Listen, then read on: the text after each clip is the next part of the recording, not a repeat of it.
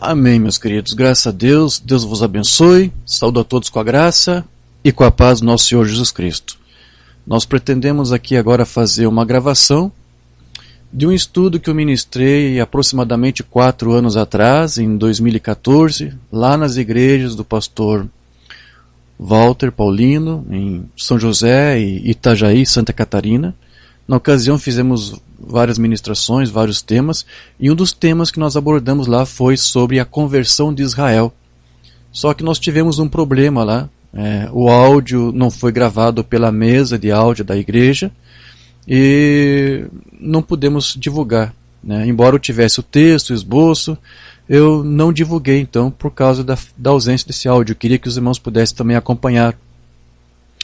Então, o que eu tinha foi uma gravação que eu fiz com um gravador digital. Eu devo ter aqui. Aqui, eu usei esse gravador digital na época, né? Coloquei em cima do púlpito, aí fiz o registro pessoal meu, né? Mas o áudio aqui é ruim, é uma gravação com som de AM, então eu não disponibilizei publicamente para todos. Alguns chegaram até ouvir esse áudio. Então o que eu fiz? Algum tempo atrás, um irmão pegou o texto, ou melhor, pegou o áudio dessa gravação que eu fiz e transcreveu. Então nesses últimos dias eu resolvi editar tanto o esboço que eu tinha, quanto essa transcrição que foi feita literalmente dessa gravação, e resolvi unir as duas informações, porque eu aqui estava no esboço, às vezes eu não comentava tudo, e alguma coisa que eu comentava não estava no esboço. Então, para tornar o texto mais completo, eu quero editar tudo e colocar depois, disponibilizar para os irmãos. Eu, na época, disse que achei interessante tratar sobre esse tema, que era um desafio para mim, tendo em vista que eu tenho visto essa carência entre os tabernáculos, entre os ministros da mensagem. Você não ouve eles falarem sobre Israel. E é um tema que você tem que tratar, porque se falamos da mensagem, se falamos da Bíblia, temos que falar também disso. E se nós pregamos a doutrina da mensagem, temos que abordar tudo que a mensagem trata. E o irmão Branham também tratou sobre Israel, falou sobre o povo judeu. Há algumas teorias que as igrejas ditas cristãs e evangélicas defendem, e nós temos que expor aqui para você saber, será que o irmão Branham concorda com essas teorias que eles defendem? O que a mensagem tem a dizer? Que resposta que nós conseguimos da mensagem para essas teorias? O irmão Branham concordaria ou não? Por isso que é bom a gente expor esses temas, para nós tratar isso. Mas veja, há 4 anos atrás eu resolvi pregar isso devido a essa carência que eu encontrei. De lá para cá, meus queridos, infelizmente eu acho que o quadro não mudou. Eu ainda não vejo os ministros falando sobre Israel. E nós temos que tratar sobre isso. Então esse era o meu desejo de querer fazer aqui um registro, dessa vez tanto em áudio como também em vídeo, para que os irmãos possam estudar. Então esse material é exclusivo para os irmãos que estudam a doutrina da mensagem, ou que conhecem a mensagem, ou para aqueles novos que estão chegando e querem conhecer a mensagem, querem saber o que o irmão Branham pensava acerca desses assuntos que nós vamos tratar aqui. Então é isso que nós pretendemos fazer. Nós vamos fazer aqui esse registro e nós esperamos que isso possa ajudar os irmãos. Eu vou fazer aqui a leitura das notas que eu editei e ao mesmo tempo eu vou aqui fazer os nossos comentários. Amém? O texto na ocasião que eu usei como base para esse estudo se encontra lá em Romanos capítulo 11, a partir do versículo 25. Mesmo que você esteja ouvindo ou vendo uma gravação, um vídeo, se você tem a sua Bíblia, se você quiser acompanhar a leitura que vamos fazer, seria bom você nos acompanhar. Amém? Então, Romanos 11, 25 diz assim, vamos ler até o versículo 29. Porque não quero, irmãos, que ignoreis este mistério, para que não sejais presumidos de vós mesmos, que veio endurecimento em parte a Israel, até que haja entrado a plenitude dos gentios, e assim todo Israel será salvo. Como está escrito, virá de Sião o libertador, e ele apartará de Jacó as impiedades. Esta é a minha aliança com eles quando eu tirar os seus pecados. Quanto ao evangelho, são eles inimigos por vossa causa. Quanto, porém, à eleição, amados por causa dos patriarcas, porque os dons e a vocação de Deus são irrevogáveis. É muito profundo isso aqui que o apóstolo Paulo está nos dizendo. Eu espero que ao longo desse estudo nós possamos ter um entendimento amplo do que ele está falando aqui para nós. Mas, meus irmãos, uma coisa que eu quero aqui iniciar, para deixar muito bem claro para vocês, é de que existe entre as igrejas evangélicas, na grande maioria delas, uma teoria sendo defendida. Essa teoria é chamada teologia da substituição ou teologia reformada. O que essa teologia da substituição ensina? Que Deus hoje não olha mais para Israel como uma nação, como um povo, como uma nação, como um país. Deus não olha mais Israel dessa maneira. Deus agora olha apenas para a igreja gentílica. Então, quando você vê lá Israel, ser mencionado Israel, ou quando há uma profecia, uma bênção, quando há uma promessa de uma bênção para Israel, você tem que dirigir isso hoje para a igreja, porque a igreja é o Israel espiritual. Deus não olha mais para Israel como uma nação. Deus não vê mais os judeus como um povo, como uma nação separada dos goíns, que é um termo hebraico, creio, para os gentios. Deus olha apenas agora para a igreja gentílica. Um judeu hoje, para ser salvo, ele tem que pertencer a uma igreja gentílica, senão não pode ser salvo. Não há salvação para um gentio fora de uma igreja gentílica, porque Deus não olha mais para Israel como uma nação. Deus olha agora apenas para a sua igreja. E como eu disse, essa teologia também faz você entender que toda e qualquer profecia ou promessa da Bíblia para Israel, quando você lê ali Israel, dizendo Israel, esqueça, não é para Israel, a nação lá dos judeus, não. É para mim, para você, para a igreja. Essa é uma teologia que tem sido defendida há muito tempo e principalmente pelos evangélicos. Mas só que essa teoria, meu querido, essa teologia, ela possui muitos problemas, porque ela não é bíblica. A princípio, para que essa teologia fosse bíblica, ela teria que estar de acordo com as Escrituras. Mas você vai encontrar na própria palavra de Deus, onde ele diz que ele nunca, jamais rejeitará Israel como uma nação. Nunca. Então, para que isso acontecesse, para que Deus rejeitasse hoje, ou não olhasse hoje para Israel como nação, como as igrejas estão dizendo, Deus, na verdade, teria que mudar sua própria palavra. E Deus teria que mudar muita coisa. Para que isso acontecesse, Deus teria que mudar suas leis, Deus teria que mudar a sua própria palavra. Deixa eu ler para você o que Deus disse lá no livro de Jeremias. Deus através do seu profeta Jeremias. Jeremias 31, verso 35 a 36. Aqui diz assim: assim diz o Senhor, é Deus aqui falando, que dá o sol para a luz do dia e as leis fixas e as estrelas para a luz da noite, que agita o mar e faz bramir as suas ondas. Senhor dos exércitos é o seu nome. Se falharem estas leis fixas diante de mim, diz o Senhor, deixará também a descendência de Israel de ser uma nação diante de mim para sempre. Você entendeu o que Deus aqui disse? Alguma vez você viu o sol deixar de brilhar de dia, as luzes de noite? Alguma vez você viu o mar não produzir ondas?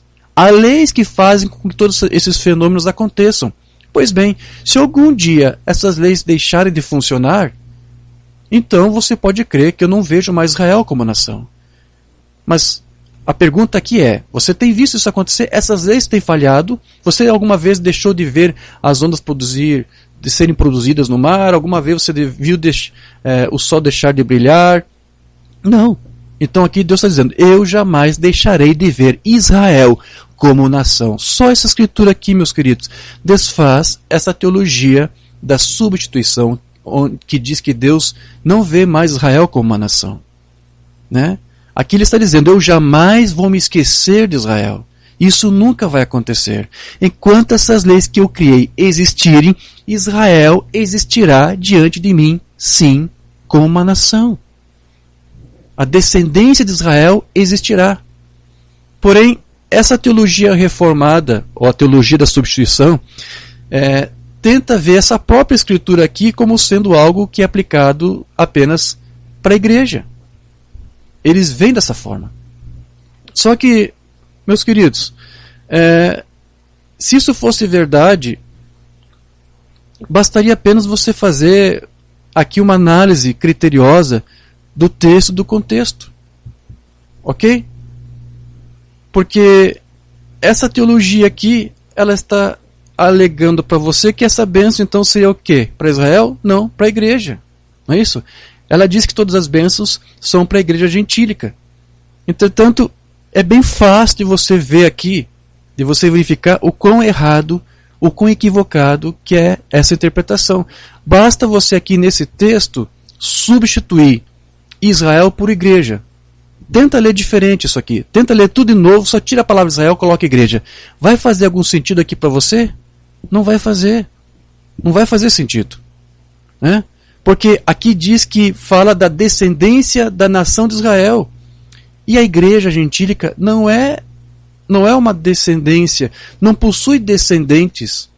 A igreja é formada por filhos e filhas. Nós somos filhos e filhas de Deus. Mas a igreja não tem descendência, a igreja não tem filhas. A igreja romana tem suas filhas, a Bíblia diz lá em Apocalipse, né, que são as denominações, mas a igreja ela não possui descendência. E ela não é vista como uma nação, é vista como povo, não como uma nação. E aqui está falando de uma nação, a descendência de Israel. Então isso aqui não pode estar se dirigindo para a igreja, né? Então, essa escritura aqui está se referindo a Israel, porque Deus tem planos para o povo judeu e Deus nunca voltou atrás nesses planos, nessas promessas que ele fez para eles. Ou mesmo, nunca voltou a sua palavra para o que ele disse que ia fazer para este povo. Então, essa teologia da substituição ou teologia reformada, ela é falsa. Amém, meus queridos? Você até poderia fazer algumas adequações das escrituras, com alguma promessa e com alguma bênção. Você poderia fazer uma adaptação de algumas escrituras e dirigir isso de uma certa forma para a igreja, ou até mesmo para você individualmente, como uma bênção ali que foi prometida para o povo de Deus, para os filhos de Deus, né? Você pode fazer uma adequação, né? Mas você não pode ver essa adequação como sendo a única maneira de você interpretar aquela escritura. Porque você não pode negar a palavra de Deus e distorcer o seu verdadeiro sentido, o seu significado com essa adaptação. Você não pode fazer isso. Então você vai ver que até mesmo o irmão Branham algumas vezes fazia adaptações. Ele pegava uma escritura e adequava aquela escritura para dar até mesmo um outro sentido daquilo que ela originalmente estava dando, para poder transmitir uma ideia, uma mensagem, que algo que foi revelado a ele por Deus, por inspiração. Então o Umbanda até podia fazer alguma adequação, ele até podia fazer isso, porque o Umbanda mesmo disse que as escrituras possuem um duplo sentido, ou um significado composto. O Umbanda disse isso. Então, ainda que às vezes o Umbanda se detivesse apenas em um único sentido, que ele às vezes podia fazer para uma escritura, e isso não quer dizer, com essa sua atitude, que ele estivesse negando algum outro sentido que aquela mesma escritura, ou parábola, seja o que for, pudesse ter. Pois ele mesmo disse que toda escritura, toda palavra profética, ela possui um duplo sentido, um duplo significado. Então você pode fazer adequações, Umbanda até fazia isso, mas eu não acredito que ele negava alguma outra interpretação que você poderia dar para aquela escritura. Porque foi ele mesmo que disse que há outras formas de você interpretar. Então Umbanda fazia adequações, mas ele fazia com responsabilidade. Ele fazia sabendo que era algo que Deus estava revelando para ele e que aquilo que ele estava dando, aquela interpretação que ele estava dando, não entrava em conflito com o restante das escrituras. Se o que ele estava dando para você ali era uma mensagem de Deus, aquilo tinha que ser confirmado com a escritura. O profeta disse que a escritura confirma ou prova a escritura, né? Então, vamos para essa teologia aqui dos evangélicos, né, e dos católicos também. Será que uma Umbanda concorda com isso? Será que você encontra amparo na mensagem do William Branham para essa teologia? Será que ele concordaria também com isso? De que Deus não vê mais Israel como nação? Deixa eu ler aqui alguma coisa que uma Umbanda disse. Lá na mensagem A Festa das Trombetas, no parágrafo 141, uma Umbanda vai dizer para você o seguinte: Israel está salvo como uma nação. Ou seja, não como indivíduo, mas como uma nação, como um país, né? Deus trata com Israel como uma nação. Os gentios são um povo para o seu nome, não uma nação para o seu nome, como é Israel. Israel é uma nação. Então veja que a doutrina ou teologia da substituição, ou teologia reformada, ela não encontra amparo, meus queridos, na mensagem. Mombana disse que há até uma diferença entre o Israel natural e a igreja espiritual. Mas você não pode misturar. Se o Mombana concordasse com essa teologia da substituição, isso provaria que ele seria um falso profeta. Mas ele não concordou com essa teologia. Então, é verdade que houve um tempo em que Israel deixou de existir como nação perante os homens, perante os olhos dos homens, por causa da diáspora que eles enfrentaram por vários anos, vários séculos. Mas aos olhos de Deus, Deus sempre viu Israel como uma nação. Deus disse que no dia que Israel quebrasse a aliança que Deus havia feito com eles lá no Sinai, Deus disse, ele prometeu que o dia que Israel quebrasse a aliança, Deus iria espalhar Israel diante das nações, perante as nações. Deus alertou o seu povo judeu de que isso poderia acontecer se caso ele quebrasse essa aliança que Deus havia feito com eles. E você sabe que Israel quebrou essa aliança. Israel serviu aos ídolos, e mesmo assim Deus deu um bom tempo para que Israel voltasse atrás, se emendasse, se corrigisse. Mas a sua dureza persistiu por tanto tempo que Deus teve que cumprir todos aqueles alertas, todas aquelas prescrições que Deus havia feito. E isso aconteceu, Israel foi desterrado, Israel foi espalhado pelas nações. Vamos ler isso está lá em Deuteronômio 28, versículos 63 a 64. Assim como o Senhor se alegrava em vós, outros, em fazer-vos bem e multiplicar-vos da mesma sorte, o Senhor se alegrará em vos fazer perecer e vos destruir. Sereis desarraigados da terra a qual passais para possuí-la. O Senhor vos espalhará entre todos os povos. Mas mesmo assim Israel seria uma nação, só que estaria espalhado entre as outras nações. De uma até a outra extremidade da terra, servirás ali a outros deuses que não conhecestes, nem tu, nem teus pais, servirás a madeira e a pedra. E veja, queridos, tudo isso aconteceu, porque Israel quebrou aquela aliança que Deus havia feito no Sinai com eles. Na Europa, eu creio que foi ali na Espanha, Portugal, havia alguns judeus convertidos ao cristianismo. Na verdade, não, cristianismo não, ao catolicismo, para ser mais preciso. Eles eram chamados de judeus marranos. Eles foram forçados a conversão, a se curvar diante dos ídolos lá de madeira de Roma, para eles não serem queimados na fogueira da Inquisição. Então, a escritura aqui se cumpriu. Vocês vão ter que servir a outros ídolos de madeira, de pedra. Os judeus tiveram que fazer tudo isso. E então, em virtude disso, as escrituras já previam de antemão que as nações alimentariam um grande ódio pelo povo judeu, quando eles estivessem espalhados entre as nações gentílicas. É o que se chama de antissemitismo. Esse sentimento antissemita que você vê aí, isso foi profetizado também. Esse ódio que as nações teriam pelos judeus. Você quer ver isso? Deuteronômio 28, 38. Eu vou ler na tradução que está na NVI. Vocês serão motivo de horror e objeto de zombaria e de riso para todas as nações para onde o Senhor os levar. Então, esse ódio aqui, esta zombaria, para nós aqui é um retrato, é um quadro daquele ódio que você até hoje tem visto aí sendo manifestado e que foi muito bem conhecido, foi muito bem registrado, testemunhado na Segunda Grande Guerra Mundial, que é o antissemitismo. Esse ódio, esse pavor, essa abominação que alguns têm por Israel, é disso tudo que essa passagem aqui de Deuteronômio está tratando. Então você vai ver que ao longo das eras, ao longo dos séculos, inúmeros povos se apoderaram de Jerusalém, da Cidade Santa. A Cidade Santa ela foi disputada por todos os grandes povos da história. Vou ler aqui para você a lista que eu fiz. Você vai ver, começando pela Bíblia, aquela ocasião em que houve o cativeiro egípcio, Babilônia se apossou da cidade santa. Depois da Babilônia foi a vez de quem? Dos Medo-Persas, você está lembrado disso? Depois dos Medo-Persas, quem foi? Os gregos, Alexandre o Grande, lá em 300 a.C. E depois de Alexandre, quem foi? Quem foi que se apoderou da cidade santa? Foi a vez dos egípcios. Depois dos egípcios, foi a vez dos assírios. Depois dos assírios, então, vieram os romanos. Depois, com os romanos, depois de Roma, foi a vez dos islâmicos, os árabes. E eles só foram dispostos depois pelas cruzadas, né? Foi a vez dos europeus ali tomarem conta da cidade santa. Depois das cruzadas, foi a vez dos mamelucos islâmicos do Egito.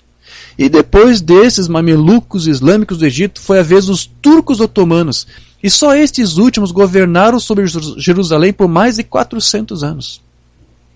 E durante todo esse tempo, né, Israel, ou melhor, o povo de Israel, os judeus, eles ali viveram e sofreram. Então, Israel sempre foi disputado. Então veja que Israel seria perseguido e seria detestado pelas nações, e tudo isso estava previsto de acordo com a palavra de Deus. Deus disse que isso ia acontecer. Vamos para uma outra escritura aqui agora, Jeremias 29, verso 18. E persegui-los-eis com a espada, e com a fome, e com a peste, falo-eis um espetáculo horrendo para todos os reinos da terra, e os porei por objeto de espanto e de assobio e de opróbrio entre todas as nações para onde os tiver arrojado. Deus disse que ia fazer isso com o povo judeu, quando eles quebrassem as suas leis. Agora, veja que interessante. Esse pessoal que inventou a teologia da substituição, que diz que tudo que se refere a Israel, na verdade, é dirigido para a igreja, quando eles leem coisas desse tipo, você será motivo de espetáculo horrendo, objeto de espanto, assobio, opróbrio. Aí, nesse caso, eles não convertem isso para a igreja. Aí eles dizem, não, isso aqui é para o judeu. Vê a diferença? Não, aqui sim, aqui é para Israel. Mas a teologia da substituição faz você ver tudo agora voltado ou se cumprindo para a igreja.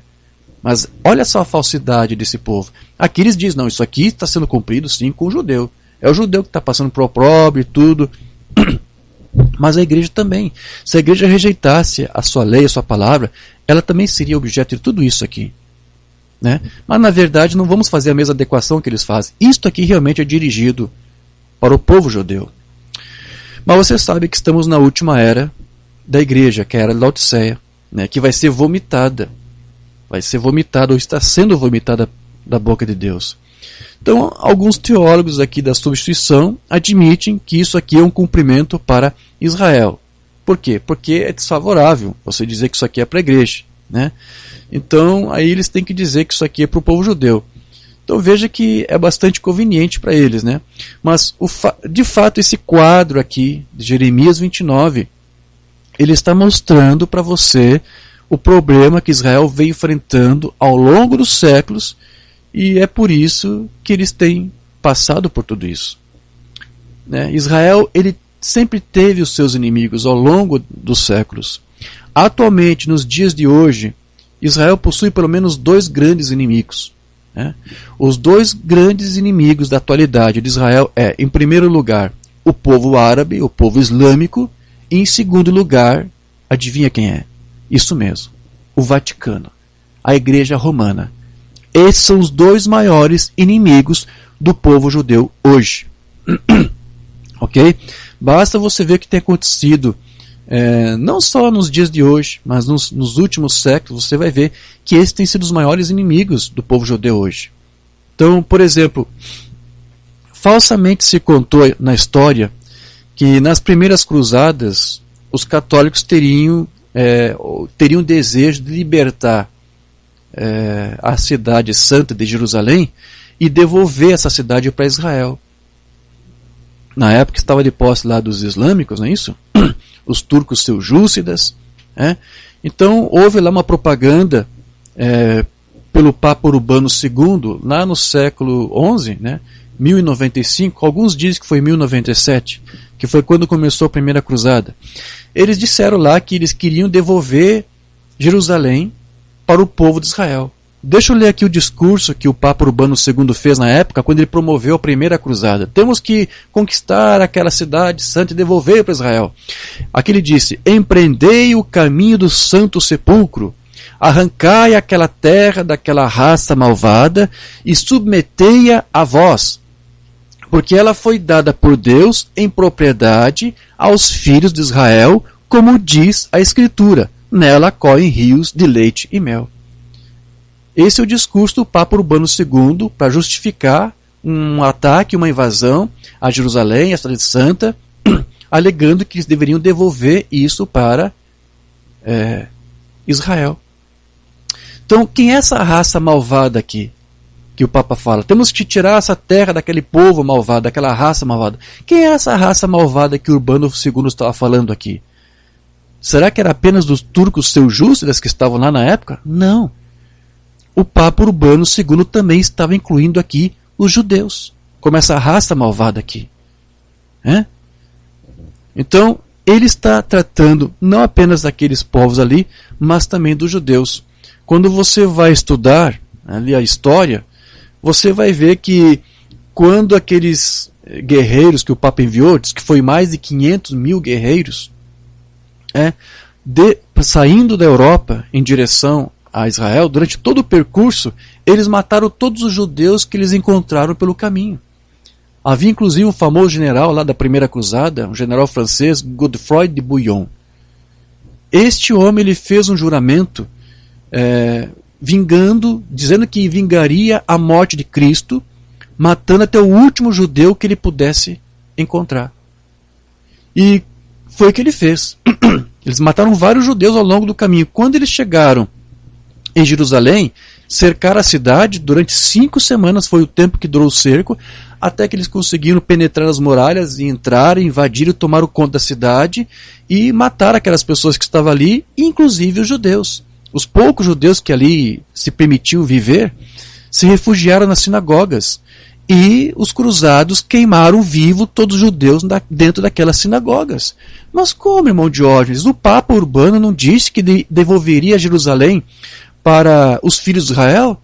Sim, mas eu creio que você já está entendendo. Essa teologia da substituição não é uma coisa recente, é uma coisa antiga. Foi Roma que inventou isso. Na verdade, Roma é a mãe de todas as teologias falsas, não é verdade? Então foi aí que começou essa teologia da substituição. Israel não foi conquistado para ser devolvido para o povo judeu, a cidade santa de Jerusalém. Não. O Papa queria fazer de alguma forma ali da cidade santa de Jerusalém o seu Vaticano. Sempre foi esse desejo. Então aquilo foi uma propaganda enganosa, porque ali desde o início você vê que eles já estavam interpretando as escrituras de uma outra forma. O Israel espiritual é a igreja romana. Então a cidade santa deveria ser devolvida para Israel, que na verdade são os filhos de Roma. Era essa interpretação que eles estavam dando ali para a escritura.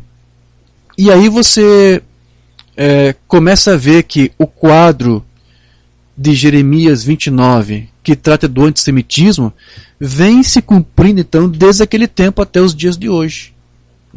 E como nós dissemos, esse ódio antissemita ele foi muito bem testemunhado nesses últimos dias através da Segunda Guerra Mundial, onde mais de 6 milhões de judeus foram mortos nos campos de concentração, nas câmaras de gases. Então, ainda antes, na verdade, que começasse aquela guerra, bem antes disso, Hitler, antes de perseguir os judeus, ele já estava espalhando aquele ódio antissemita por toda parte. Por exemplo, é muito conhecido aquele caso do transatlântico St. Louis, que saiu da Europa em 1939 com mais de 900 refugiados judeus. Sabendo da política antissemita de Hitler, esses judeus tentaram buscar amparo, buscaram refúgio em outros países. Esse transatlântico foi para 3 países pelo menos. Foi para Cuba, foi para os Estados Unidos e depois foi para Canadá. Esse transatlântico, esses refugiados foram rejeitados por cada um deles. Cuba rejeitou receber os refugiados judeus ali. Roosevelt, que era o presidente na época, também recusou receber esses judeus, mesmo sabendo que 700 deles tinham, como é que se diz, cartas, né? Tinham visto de imigração para entrar nos Estados Unidos, mas devido a algumas leis obsoletas de imigração, o governo americano não aceitou esses judeus. Dali então o transatlântico foi para o Canadá, né? E ali eles quase aceitaram, né? Você vai fazer uma pesquisa, você vai ver que houve vários problemas também ali de diplomacia, e eles quase haviam aceitado aqueles refugiados. Nos últimos momentos ali, final, eles rejeitaram, e o que aconteceu? O transatlântico levou de volta todos aqueles judeus para a Europa. E quando chegaram lá, houve ali alguns acordos então, entre alguns países, e distribuíram os refugiados. Cada país ficou com um grupo, né, uma quantia X. Só que o que foi que aconteceu? Logo em seguida, a Segunda Guerra começou. E alguns daqueles países que receberam os refugiados foram conquistados por Hitler. Então, sabe-se que pelo menos 1/4 daqueles refugiados judeus foram depois mortos nos campos de concentração, né, da Segunda Guerra. Porque você sabe que Hitler procurava o que se chama de uma solução final para o povo judeu. Ele queria o extermínio de Israel, ou do povo judeu. Então, observe que este quadro aqui de Jeremias 29, ele vem se cumprindo literalmente. Porém, mesmo com toda essa perseguição, o holocausto da Segunda Guerra e o opróbrio que estava profetizado, havia ainda assim uma promessa bíblica de que algum dia Israel voltaria para a sua terra. Eles voltariam a viver ali. Por que isso? Porque Deus nunca deixou de ver Israel como uma nação. Nunca. Olha só a promessa que Deus fez para Israel, lá em Jeremias 3,18. Naqueles dias, a casa de Judá irá à casa de Israel. Juntos virão do país do norte para a terra que dei como herança a vossos pais.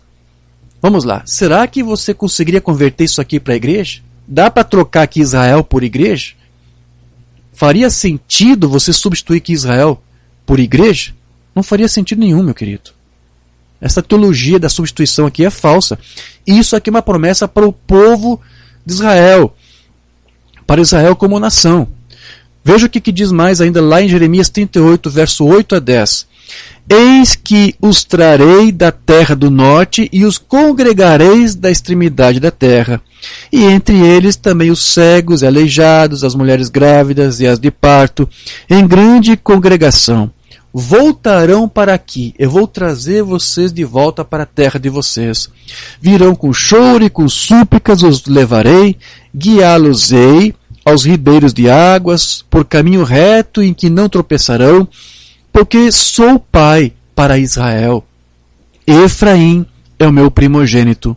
Ouvi a palavra do Senhor, ó nações, e anunciai nas terras longínquas do mar, e dizei, aquele que espalhou Israel. Não está falando da igreja. Por favor, a igreja não foi espalhada aqui como diz. Não. Aquele que espalhou a Israel, né? O congregará e o guardará como o pastor ao seu rebanho. Então Deus provou que era o bom pastor de Israel, né? Na resolução de número 181 da ONU, do dia 29 de novembro de 47, foi decretado que deveria ser criado o Estado de Israel. A Palestina ali então deveria ser dividida em duas partes, sendo que uma parte, 18%, seria para os judeus, e o restante, 82%, seria para o povo árabe.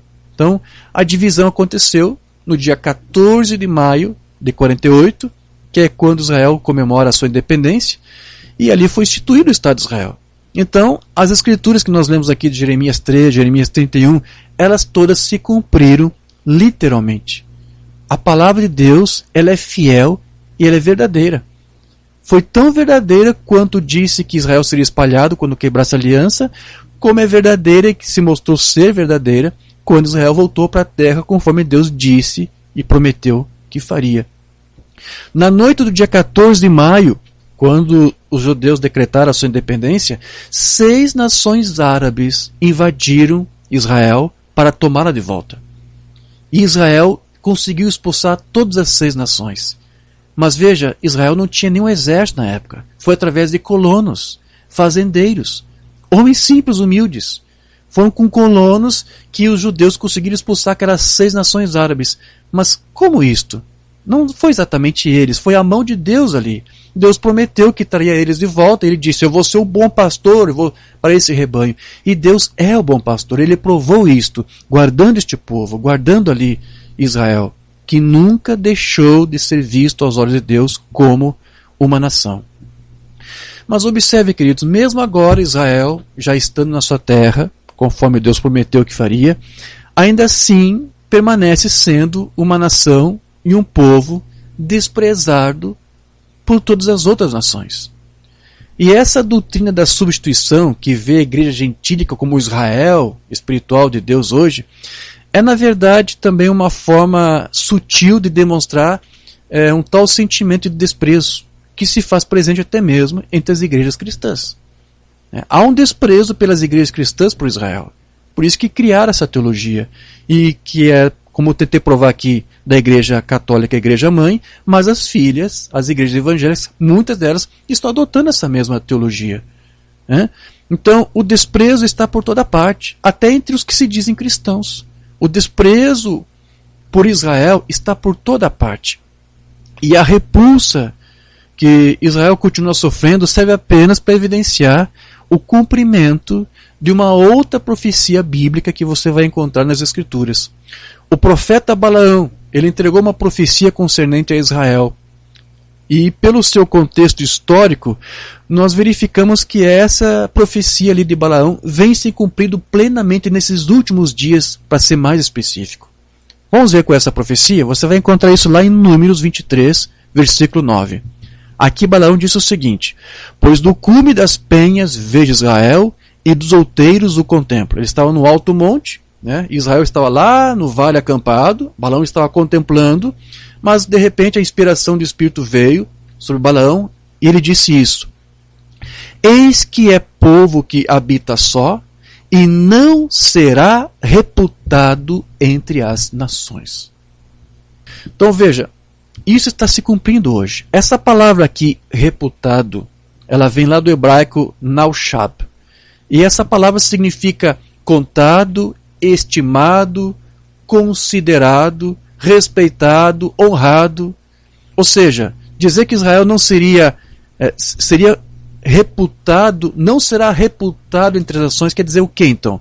Quer dizer que não seria respeitado, não seria honrado, não seria considerado, não seria estimado ou sequer contado. E nós vemos, queridos, que isso hoje está se cumprindo literalmente em nossos dias. Hoje as nações, a grande maioria, desprezam Israel. Até mesmo blocos econômicos, como por exemplo o Mercosul. Há vários países que são hoje pró-árabe, a favor dos árabes e contra Israel.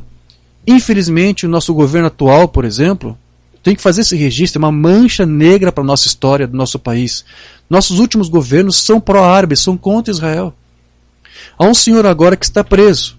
Está preso porque é um criminoso, senão não estaria lá. Mas, tempos atrás, esse senhor foi um presidente deste país. Você sabia que quando ele foi um presidente, sem consultar a mim e a você, esse senhor tirou dos nossos impostos cerca de equivalente a 25 milhões de dólares e financiou ao Hamas? Você sabia disso? Doou 25 milhões de dólares para o Hamas. Quem é o Hamas? Você sabe quem é? É aquele povo que fica lá na fronteira de Gaza, que cava túneis para chegar lá do outro lado, para levar lá armamentos, munições e homens-bomba para criar terrorismo na terra de Israel. Esse senhor financiou esse povo. O outro governo que veio depois dele foi mais desastroso ainda, não aceitou um embaixador de Israel. E o atual, que substituiu todos eles, também está na mesma qualidade, está no mesmo estágio, porque recentemente ele se opôs contra Israel, votou contra Israel, alegando que Israel está ferindo direitos humanos, leis dos direitos humanos. Então, esses nossos últimos governos estão debaixo de uma maldição. Mas maldições se quebram. E a única forma de nós quebrarmos isso é colocar um outro líder lá, um outro presidente, um outro chefe, outro cabeça, um outro big boss man aí, que tenha pelo menos a mesma postura como o nosso presidente atual aí dos Estados Unidos, Donald Trump, tem tido com relação a Israel. Tem demonstrado um respeito. E isso tem promessa da Bíblia para isso. né? Abençoarei aqueles que te amaldiçoarem e amaldiçoarei aqueles que te amaldiçoarem. Todos aqueles que têm amaldiçoado Israel têm sido amaldiçoados. Nossos governos têm sido amaldiçoados porque têm amaldiçoado Israel. Se você abençoar Israel, você vai ser abençoado, né?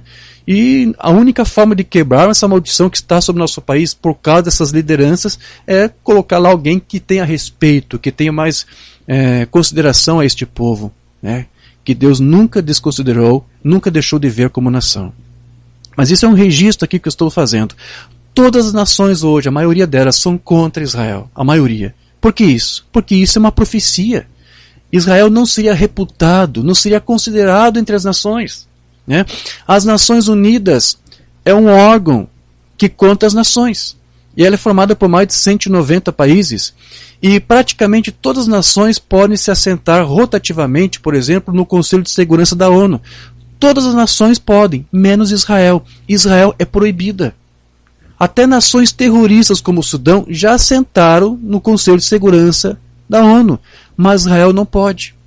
Todas as nações podem participar da Cruz Vermelha Internacional, todas, menos Israel, é proibida, né? Todas as nações podem. Se isso aqui não for um cumprimento de Deuteronômio 23:9, então não sei o que é. Então, como eu disse, as nações elas são pró-árabe e elas são contra Israel. A ONU já fez mais de 370 condenações contra Israel por simplesmente ter se defendido dos ataques terroristas que tem sofrido, né? Mas nenhuma vez a ONU condenou os ataques terroristas que têm sido levantados contra Israel. Até mesmo aquele líder da OLP, o Yasser Arafat, né, nenhuma vez foi criticado ou condenado pela ONU, muito pelo contrário. Recebeu o Prêmio Nobel da Paz. Mesmo Arafat ter dito publicamente que a paz para o povo árabe significaria a extinção completa do povo judeu. Arafat disse isso e recebeu o Prêmio Nobel da Paz. Então, as nações são contra Israel, né? Alguns registros aqui que eu quero ler para você. Em março de 99, a União Europeia não reconheceu a soberania dos judeus sobre Jerusalém. Houve uma bula papal também, inclusive criado pelo Papa João Paulo II na época, em 2000, onde ele rejeitava a soberania de Israel sobre Jerusalém. Por que isso? Estou tentando dizer para você, esses são os dois maiores inimigos de Israel hoje, o povo árabe e o catolicismo. E todos que estiverem ligados ao catolicismo, ao Vaticano, também vão ser, né? Então, nós sabemos que historicamente Israel sempre foi cobiçada também por Roma. Quando a Companhia de Jesus, de Inácio de Loyola, foi criado, leia a história, você vai ver que os jesuítas, desde o início, um dos principais objetivos dessa Companhia de Jesus era fazer de Jerusalém o seu Vaticano. É um sonho também do Papa, né? Mas por isso que eles nunca vão reconhecer essa cidade santa como pertencente aos judeus. Inclusive, em fevereiro de 2000, a Igreja Romana assinou um acordo com a OLP, com o povo árabe, onde se pedia garantias internacionais para que Jerusalém fosse mantida sob controle internacional e não dos judeus. O Vaticano simplesmente não admite que os judeus tenham controle sobre Jerusalém. Então veja que esses dois principais inimigos de Israel muitas vezes estiveram juntos para maquinar contra a soberania do povo judeu sobre aquela terra que Deus devolveu para eles. E é interessante observar que os judeus sempre foram impedidos de viver em paz nas terras palestinas. Mas os palestinos, que são os árabes, eles conseguem viver em paz com os judeus lá em Jerusalém, né? Mas não há a mesma recíproca, infelizmente. Agora, por quanto tempo será que isso vai durar? Por quanto tempo será que vai continuar essa perseguição histórica das nações contra Israel? Por quanto tempo ainda haverá essa disputa histórica das nações pela Cidade Santa? Até quando isso vai durar? Você vai ter a resposta disso lá em Lucas 21, 24. Jesus vai dizer para você até quando vai durar tudo isso. Jesus diz aqui: até que os tempos dos gentios se completem, Jerusalém será pisada por eles. Ou seja, enquanto persistir aí a dispensação gentílica, né, os gentios vão continuar disputando Jerusalém, disputando a cidade, vão continuar pisando nessa cidade. Enquanto essa dispensação gentílica ainda estiver em vigor, é exatamente isso que nós vamos ver. As nações tentando disputar Jerusalém e desprezando o Estado de Israel e os seus direitos. Mas observe que aquilo que foi dito lá na antiguidade, então, está acontecendo hoje. Amém? Hoje você vê Israel sendo reputado, não sendo reputado, né? Não sendo considerado pelas nações, e em primeiro lugar teria que haver então um grupo que todas as nações se coligassem para depois deliberar sanções contra ela, né? Não será reputado pelas nações. Então tem que haver um grupo de nações, e essas nações não deveriam considerar Israel, seria visto como um povo só. Balaão olhou e disse: eu vejo esse povo só. E é assim que Israel está. Israel está só entre as nações. Então essa profecia tem sido cumprida realmente, literalmente. E você sabe que Deus mesmo disse que viu isso acontecer. Lá em Isaías 46, 9 a 10 diz assim: lembrai-vos das coisas passadas da antiguidade, que eu sou Deus e não há outro. Eu sou Deus e não há outro semelhante a mim, que desde o princípio anuncio o que há de acontecer, e desde a antiguidade as coisas que ainda não sucederam, que digo, o meu conselho permanecerá de pé, farei toda a minha vontade. Né? Lá nos tempos antigos foi profetizado uma coisa que agora em nossos dias estamos vendo. Deus disse: eu tenho visto, mas aquilo que eu prometi, aquilo que eu disse que ia fazer, eu cumprirei. A minha vontade será estabelecida. Então veja, Israel rejeitou a visitação de Deus nos seus dias, né, quando ele esteve encarnado no seu Filho Jesus Cristo. E por causa disso, por causa dessa rejeição, eles foram então espalhados entre as nações. E agora, todo esse tempo em que Israel deveria ser desprezado pelas nações, o que exatamente deveria acontecer com esse povo espiritualmente falando?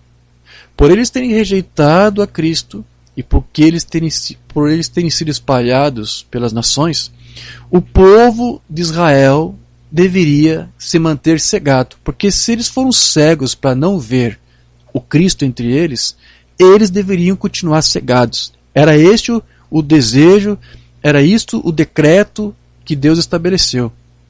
É essa a condição espiritual em que Israel se encontra hoje. É um povo, é uma nação cegada quanto à relação de Cristo ser o Filho de Deus e que foi enviado por Deus. Né? E o povo de Israel está cegado porque o Umbanda também disse que isso aconteceria até que a plenitude dos gentios se consumasse. Mas o irmão Branham, ele nunca afirmou que Israel deixaria de ser o povo eleito de Deus, mesmo durante todo esse tempo, esse período de cegueira. Então, embora os judeus fossem por um longo tempo cegados, eles não seriam esquecidos da mente de Deus. Amém? Veja o que o Umbanda diz na sua mensagem Perguntas e Respostas sobre Hebreus, número 1.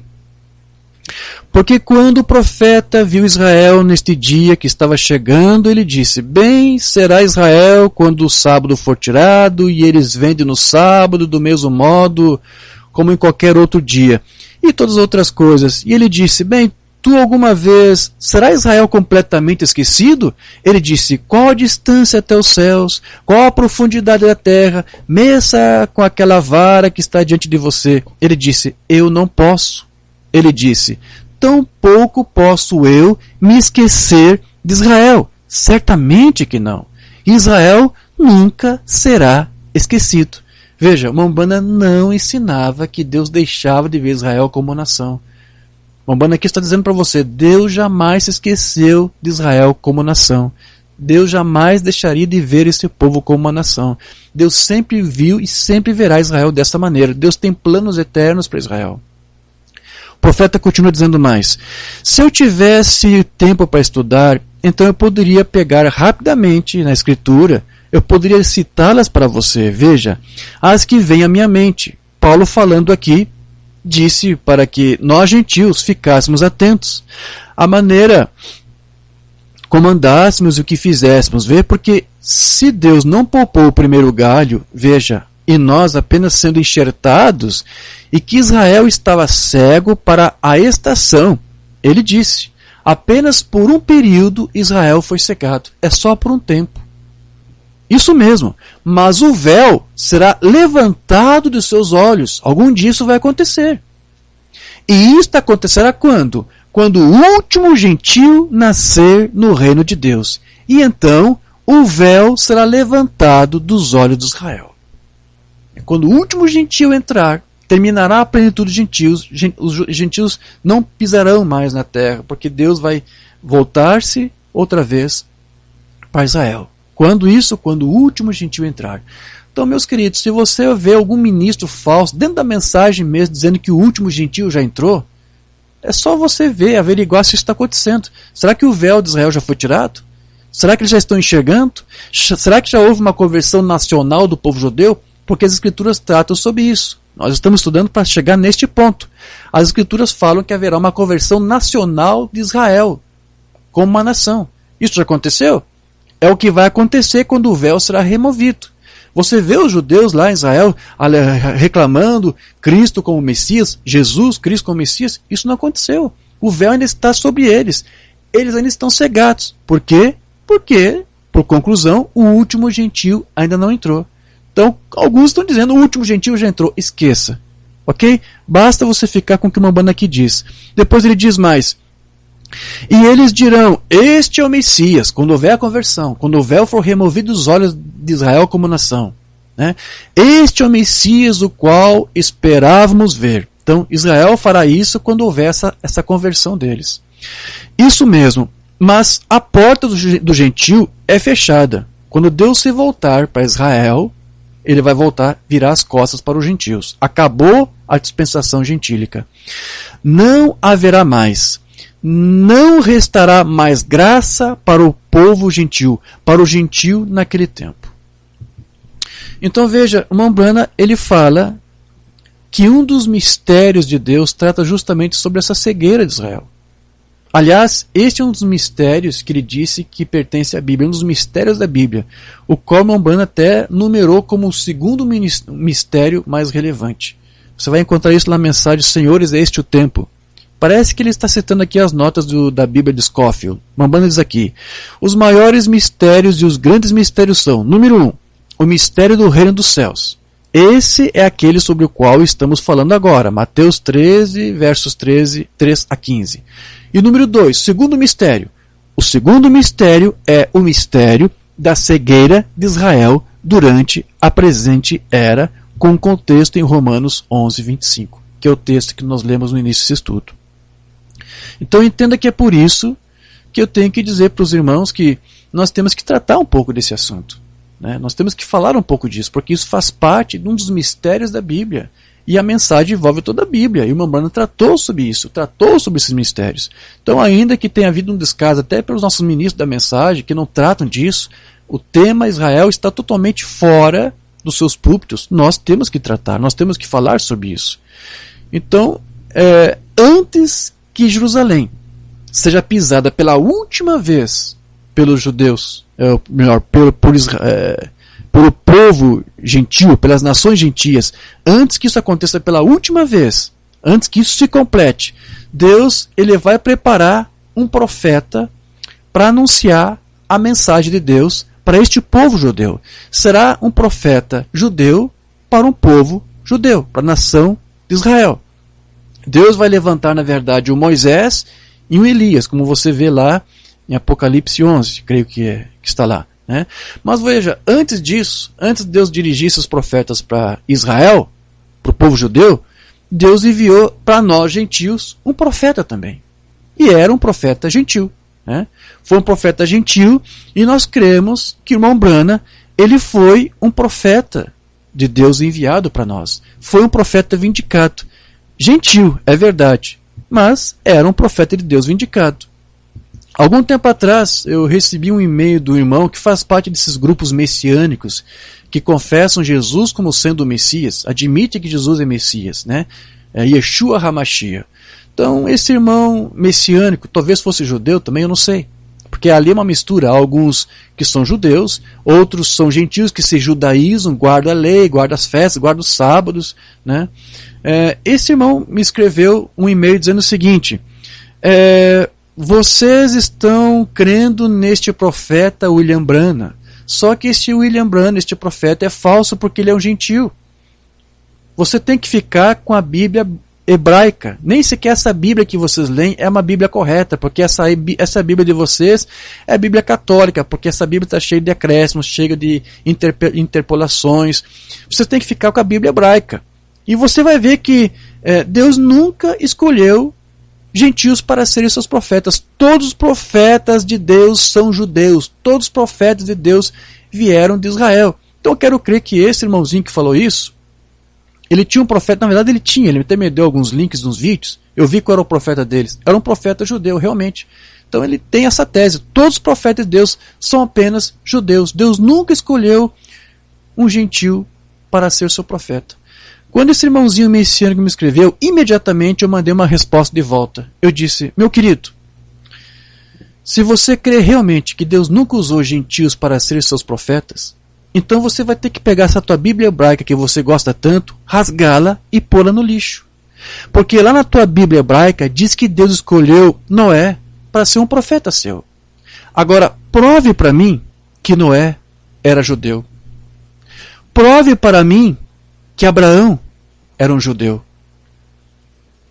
Deus pegou Noé e Abraão, quando eram incircuncisos, gentios, e fez deles, mesmo sendo gentios e incircuncisos, fez deles seus profetas. Eu lembro que eu não citei Enoque, mas eu também poderia ter citado. Enoque foi um profeta de Deus também. E Deus até o levou para que ele não visse a morte. Ele foi um profeta, era um gentio, não era judeu. Dali pouco menos de 30 minutos, no máximo 30 minutos, esse irmãozinho messiânico me escreveu de volta, já mudando um pouco o discurso. Lógico, eu desfiz toda a base principal da teologia dele. Ele escreveu assim, irmão, realmente, eu vou ter que admitir que realmente Deus usou gentios para serem seus profetas. Mas mesmo assim, esse profeta gentil, William Branham, que vocês creem, é falso porque não ficou com toda a palavra. Ou seja, não adiantou nada. Para mim, quando eu li aquilo ali, aquela resposta, o que eu estava vendo ali foi um quadro que se pintou ali na minha frente. É como se ele estivesse dizendo para mim, olha, irmão George, eu vou ter que reconhecer que meus fundamentos não eram tão firmes, não eram tão sólidos como eu pensava que eram. Você me provou que os meus fundamentos são areia movediça, e eu estou me afundando neles, mas sabe, deixa assim, irmão George, não me estenda a mão para me ajudar a me tirar desse lamaçal. Tá bom assim, estou gostando assim e quero continuar assim. Esse quadro foi que foi pintado para mim quando esse irmãozinho messiânico me disse isso. E é interessante que você não vê apenas entre esses irmãos, esses ismos, nas denominações, até dentro da mensagem eu tenho visto isso, queridos. Quando você, por exemplo, quer ajudar os irmãos da mensagem que estão pregando o unicismo e tentando convencer para eles que essa não é a mensagem do William Branham, quando você está tentando estender a mão para ajudá-los, eu vejo alguma coisa muito parecida vindo deles também. Olha, não estique a mão, não me ajude, porque eu aprendi assim, está certo assim, eu quero viver assim, e vou ser sempre assim. Dentro da mensagem encontramos isso. Parece até que eles estão cantando aquela musiquinha lá da Gabriela, da antiga novela da televisão que tinha aí. Lembra? A geração mais antiga deve lembrar. Os de recente não vão saber. Tinha uma novela lá com uma música tema chamada Gabriela. E parece que alguns crentes estão cantando. Dentro da mensagem, estão cantando aquela musiquinha Gabriela. Porque são crentes Gabriela. Não é isso? Eu nasci assim, vou ser sempre assim, vou morrer assim, vou pro inferno assim, Gabriela. Alguns estão sendo assim, estão agindo como se fosse isso. Aprenderam tudo errado e estão dizendo, olha, aprendemos errado, estamos gostando e vamos continuar errado e vamos terminar assim. Então, esse tipo de ismo que tem sido disseminado nos últimos dias, eu tenho observado que ele tem aumentado, ele tem crescido. Esses irmãos messiânicos, inclusive, eles hoje não leem sequer os nomes da Bíblia como estão ali, eles dão os nomes do hebraico, eles não pronunciam mais os personagens da Bíblia como a gente lê na Bíblia, eles pronunciam tudo hebraico, porque agora tem que ser tudo hebraico. Você tem que ler tudo hebraico porque essa é a forma correta de você falar. Até na verdade, eles dizem que o nome correto que você tem que pronunciar de Jesus teria que ser conforme o hebraico. Nós devemos ficar somente com o hebraico porque eles dizem que o hebraico é o original. E tem havido isso hoje, uma grande fome pelo original. E alguns desses ismos têm dito que você tem até que fazer exatamente isso. Então, alguns judeus messiânicos, eles dizem que não consideram William Branham como um profeta, porque não era judeu, era gentil. Mas vamos lá, quando Deus enviar aquele profeta judeu para Israel, aquele Elias será um profeta judeu para o povo judeu. Mas a mensagem que aquele Elias dos judeus vai pregar para os judeus vai ser a mesma mensagem que o William Branham pregou. William Branham disse que aquele Elias não vai pregar a lei, ele vai pregar a Cristo, vai pregar Cristo. E a mensagem que o nosso Elias pregou para nós, o Elias para os gentios, é essa mensagem. Ele pregou Cristo para nós, que é o Elias, que é aquele que vai pregar, aquele Elias judeus vai pregar para os judeus. Se eles rejeitam a mensagem do Elias gentil, eles também vão rejeitar a mensagem do Elias judeus para o povo judeu. Eles vão ter que rejeitar.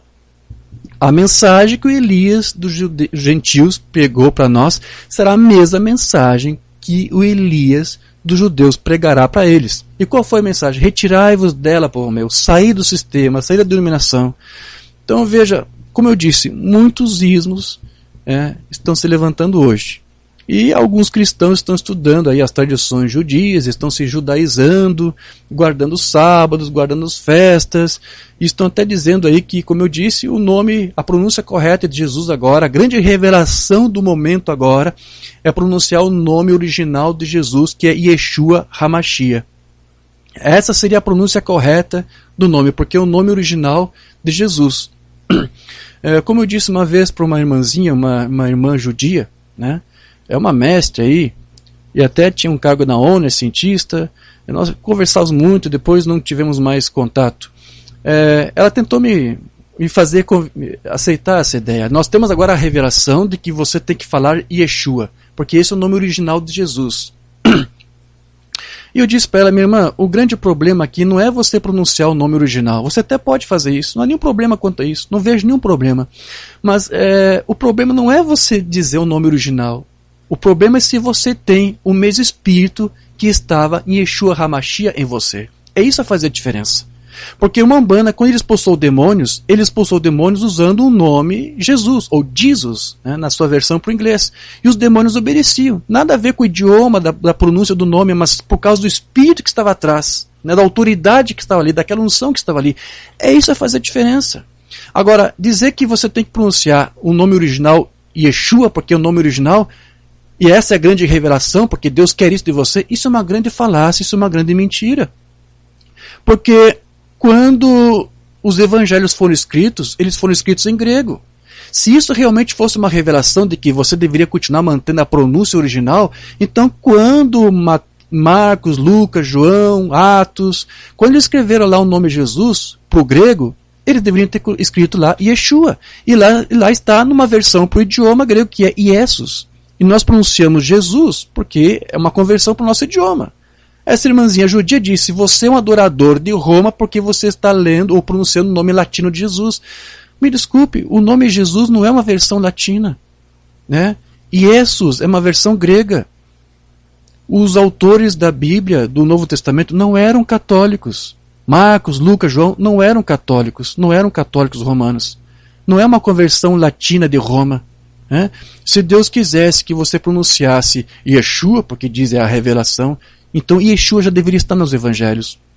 Talvez estivesse no evangelho de Mateus, porque dizem que a primeira versão de Mateus foi para o hebraico. Ali poderia estar Yeshua, mas depois fizeram uma versão para o grego, traduziram para o grego, a versão hebraica se perdeu, não existe mais cópia dela. E o que você tem ali? Iesus, né? Se fosse uma coisa que Deus quisesse, então teria que ser assim. Mas como eu disse, demônios são expulsos em nome de Jesus e eles obedecem. Não por causa do nome, não por causa da pronúncia, mas por causa da autoridade, por causa do Espírito. Então muitos ismos são criados com falsas revelações, com falsas teologias. Não é isso?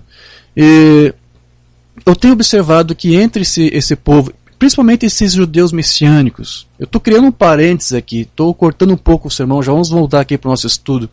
Esses judeus messiânicos que estão se levantando, eles sutilmente estão começando a ter pelos gentios o mesmo ódio que eles alegam que os gentios sentem por eles. É uma coisa ainda que disfarçada.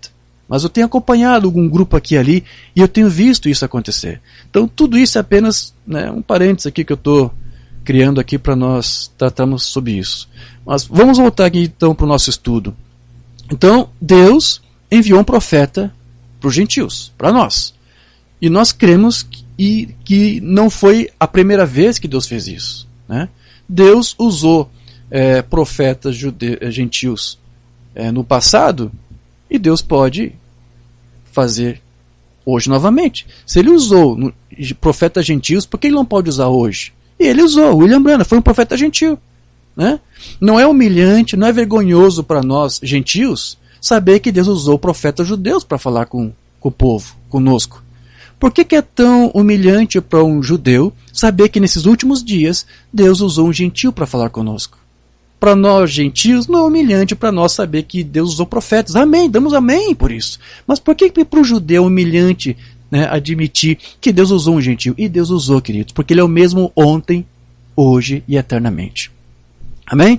Então veja, tudo isso, por que está acontecendo isso? Porque isso faz parte dessa cegueira de Israel, que tem perdurado já por alguns séculos, né? E sempre houve, na verdade, tentativas de aproximar Israel, os judeus, da mensagem, do evangelho.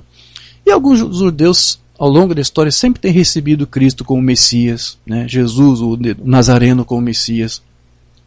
Mas, no geral, os judeus sempre têm rejeitado, né? Porque esse é o momento deles, esse é o período de cegueira em que eles estão vivendo. Esse é o tempo em que ainda Deus está se voltando ou está tratando com os gentios. Está tratando com graça e com misericórdia. Eu queria destacar aqui para você rapidamente a palavra de um estudioso chamado Davi Baron, que lá no finalzinho lá do século XIX, para o início do século XX, ele criou um ministério para tentar evangelizar os judeus, para convencê-los de que o Cristo, Jesus Nazareno, era o Messias que os judeus estão buscando. Esse ministério chamava-se Cristianismo Hebraico. Ele criou isso lá em Londres. Eu encontrei algumas palavras aqui desse Davi Baron com relação aos judeus quando eu recebi o Evangelho. E eu quero ler para você porque, na verdade, isso aqui é tão atualizado, né? Serviu tanto para aqueles dias, apesar de ser um testemunho antigo, ele é recente para nós também. Então aqui ele diz o seguinte: tenho conhecido pessoalmente muitos homens amáveis e de caráter adorável entre os judeus, mas assim que o nome Jesus é mencionado, muda um semblante como se tivesse um acesso de indignação, cerrando os punhos, rangendo os dentes e cuspindo no chão por causa da simples menção do nome. Você acha que lá no final do século XIX para cá isso mudou? Esse é o mesmo quadro. Israel está cegado. É essa postura que eles têm frente a Cristo, frente a nós cristãos. Né? Somos tidos como idólatras, um monte de coisa, né? Existe então ainda uma discrepância muito grande, um antagonismo muito grande entre os judeus e os gentios ou os cristãos, né? Então Jesus, ele até anteviu essa rivalidade dos judeus contra os gentios cristãos e dessa intolerância que eles teriam para esse evangelho da graça que tem sido dado para nós, que foi estendido para nós os gentios. Jesus ele se antecipou a isso, queridos, contando para nós uma parábola, que foi a parábola do filho pródigo, né? Que aliás pouquíssimos têm conseguido assim extrair a verdadeira mensagem dessa parábola. E é por isso que eu quero aqui me ocupar por alguns minutos a partir de agora para nós tratarmos sobre isso. Amém? Até se você tem a sua Bíblia e quiser ler e acompanhar comigo, abra a sua Bíblia, vamos ler, vamos estudar isso aqui palavra por palavra do que Jesus falou aqui nessa parábola. Lucas capítulo 15, você vai encontrar essa parábola lá, a partir do versículo 11 até o 32. Lucas 15, verso 11 a 32. Aqui diz assim: continuou, certo homem tinha 2 filhos. 2 filhos. É isso que você vê aqui nessa parábola. Então, eu disse que, alguns minutos atrás, que não há nenhum problema de você fazer adequações ou adaptações das escrituras, ou até mesmo a parábola, para você até dar um outro sentido, ainda que seja um pouco diferente daquilo que estava determinado, o alvo principal para ela. Você pode fazer uma adequação desde que você faça com responsabilidade, que não fira o restante do contexto bíblico. Não há nenhum problema de você fazer isso. E essa parábola do filho pródigo, ela tem sido muito usada, né, para fazer evangelismo. Né? Eles pegam essa escritura aqui e dizem, pega aquela figura do filho pródigo que se afastou, estava longe do pai, diz: você que estava longe, você que está afastado, você que está perdido em pecado, volte para o pai, como aquele pai que recebeu o filho pródigo com as mãos abertas, volte para Deus, ele te receberá de braços abertos. Muitos têm usado essa parábola para fazer isso, como se essa fosse a única mensagem. Não há nenhum problema de você usar essa palavra para isso. Você pode fazer. É bom, é bonito, tem seu valor, tem sua importância. Não estou anulando tudo isso. Mas, na verdade, queridos, quando Jesus contou essa parábola, o alvo dele não é exatamente isso. Não era exatamente esse, de pregar para almas perdidas para se salvarem. Não. Jesus aqui, quando ele contou esta parábola, ele estava tratando de algo que iria acontecer. Amém? Você tem que atentar aqui para o seu simbolismo nessa parábola. Então a parábola aqui começa, né? A parábola do filho pródigo que começa assim. Jesus diz: certo homem tinha 2 filhos. Nós temos que entender de imediato quem são esses 2 filhos. Quem são esses 2 filhos aqui? O filho mais velho aqui são os judeus. É Israel. O filho mais novo tipifica os filhos do reino. Tipifica, em especial, os gentios. O filho mais novo aqui, o filho pródigo, são os gentios. Depois, continua mais dizendo o seguinte: o mais moço, o filho pródigo, que agora vocês sabem em tipologia o que significa, o mais moço deles disse ao pai: pai, dá-me a parte dos bens que me cabe. E ele lhe repartiu os haveres. Então, vamos lá. Você tem que entender cada elemento aqui desta parábola. Não é normal para um filho pedir a parte da herança antes que o pai morra. E foi exatamente isso que o jovem mais moço aqui, o filho mais moço, pediu. Por que isto? Porque, na verdade, Cristo aqui está criando uma situação com esse diálogo, para dar para este filho mais moço aqui um quadro de insensatez, porque é isto que este filho está sendo. Não é sensato você pedir herança antes da morte do pai. Então ele está fazendo isso. Por quê? Porque Cristo está criando um quadro de insensatez. E por que eu digo isso? Porque os gentios nas Escrituras sempre foram vistos como um povo insensato. Então Cristo está criando esse quadro de insensatez com esse jovem, com esse pedido, para mostrar que este aqui é um quadro, é um tipo dos gentios, das nações, que sempre foi visto como um povo insensato.